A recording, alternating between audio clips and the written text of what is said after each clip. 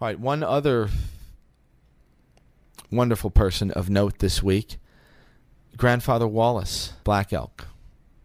And you may or may not have heard me talk about Wallace before, but he was a wonderful Lakota medicine man, a shaman, and a friend of mine who I was fortunate enough to spend some time with in the years between 2000 and 2002.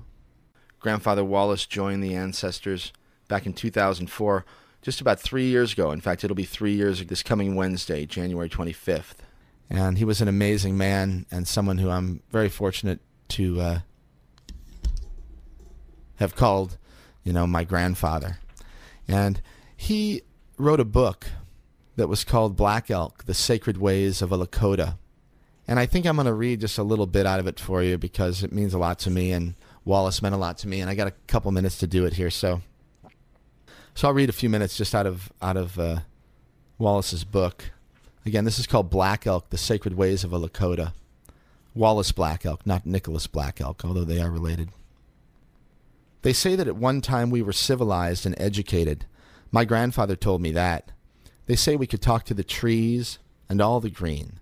They say we could talk to the winged people, the four-legged creeping crawlers, mammals, and the fish people.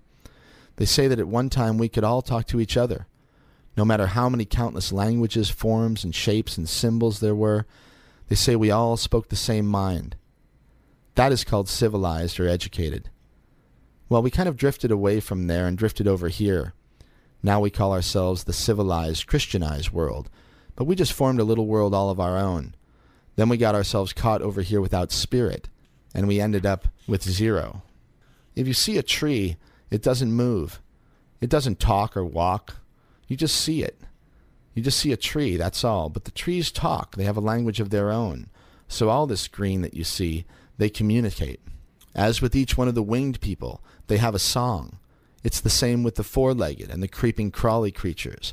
So that's how come we have an eagle song, a buffalo song, and even a serpent song, a serpent language. And it is there for those mammals and fish people also. So recently the scientists discovered that the whale also sings. They listened to see if they had a language, and they had a sing-song. So every creature has a song. Every two-legged spirit and each one of the thunder beings has a song. Even the spider that we call Iktomi. He walks, he rolls, he flies, and he sings a song. So we have medicine songs for that spider, Iktomi songs. So I want to tell you that you have a lot to learn. What you know today, it's just a little bit, like the blink of an eye. So the power is immense. Today in Webster's dictionary, in the whole English language, look for the word Indian. Webster never defined what the Indian means. It only gave primitive people of North America. That's all. So the definition of Earth people goes much deeper. It goes back to the fire and the rock and the water and the green. So that definition goes much deeper. So we are the real true Earth people, the sacred mystery people of Turtle Island. And so there will be a time when people will understand who we really are. Really who we are. And I think all races of people are going to find themselves as Earth people. Then it will come to one understanding again. And that is my goal, to define who we are. Wallace Black Elk, here's to you, my grandfather. You helped me see who I was, for sure. And this show tonight is dedicated to you. I love you, Grandfather Wallace. Wanbli Cikala. Little Eagle. Thank you so much for everything you gave to us. This was a medicine man, people. In the true sense of the word medicine. This is no Eli Lilly, Pfizer, Merck medicine man. This was the real deal. An earth medicine man.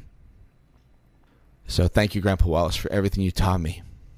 And for everything you continue to teach me. Thank you. May the ancestors hold you in their hands and in their hearts.